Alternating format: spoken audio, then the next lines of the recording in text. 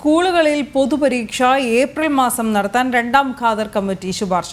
Aided അധ്യാപക നിയമനം PSCക്ക് വിടണമെന്നും committee നിർദ്ദേശമുണ്ട്. റിപ്പോർട്ട് മന്ത്രിസഭ അംഗീകരിച്ചിരുന്നു. പക്ഷേ സർക്കാർ തീരുമാനം ഇതുവരെയായി എടുത്തിട്ടില്ല. ടിൻഡു ദാസ് ചേരുകയാണ് വിവരങ്ങളുമായി. ടിൻഡു, എന്തൊക്കെയാണ് പ്രധാനമായും ഈ കമ്മിറ്റി ശുപാർശകൾ?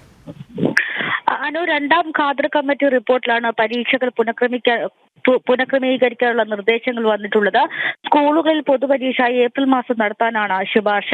10, 11, 12 ക്ലാസുകളിലേക്കാണ് മാറ്റം നിർദ്ദേശിക്കുന്നത്. രാവിലെ ഉച്ചയ്ക്കുമായി ദിവസം 2 പരീക്ഷകൾ നടത്താനും നിർദ്ദേശമുണ്ട്. അതോടൊപ്പം തന്നെ ശുപാർശ പരീക്ഷകൾ മൂലം പ്രവൃത്തി ദിനങ്ങൾ നഷ്ടമാകുന്നു എന്ന വിലയിരുത്തൽ പ്രകാരമാണ് ഇത്തരത്തിലൊരു നിർദ്ദേശം മുന്നോട്ട് വെച്ചിട്ടുള്ളത്.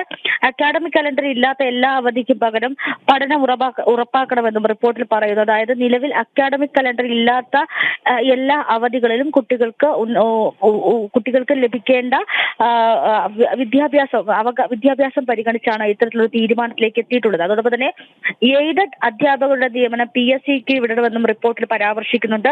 PSC അല്ലെങ്കിൽ നിയമനത്തിനായിട്ട് ഒരു പ്രത്യേക ബോർഡ് വിദ്യാഭ്യാസ വകുപ്പിന്റെ നേതൃത്വത്തിൽ സർക്കാരുമായി തീരുമാനിച്ച് അത്തരത്തിലൊരു ബോർഡ് വേണം. അതോടൊപ്പം തന്നെ നിയമനത്തിൽ മാറ്റം ശുപാർശ ചെയ്തും അതോടൊപ്പം തന്നെ ഈ നിയമനത്തിനൊപ്പം തന്നെ മാറ്റം ശുപാർശ ചെയ്തുകൊണ്ടും ഖാദർ കമ്മിറ്റി രണ്ടാം റിപ്പോർട്ടിൽ പറയുന്നുണ്ട്.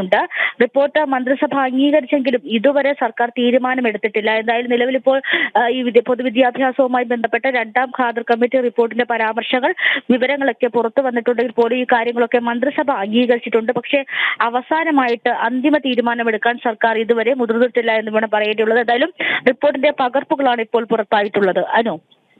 ശരി ടിൻഡു.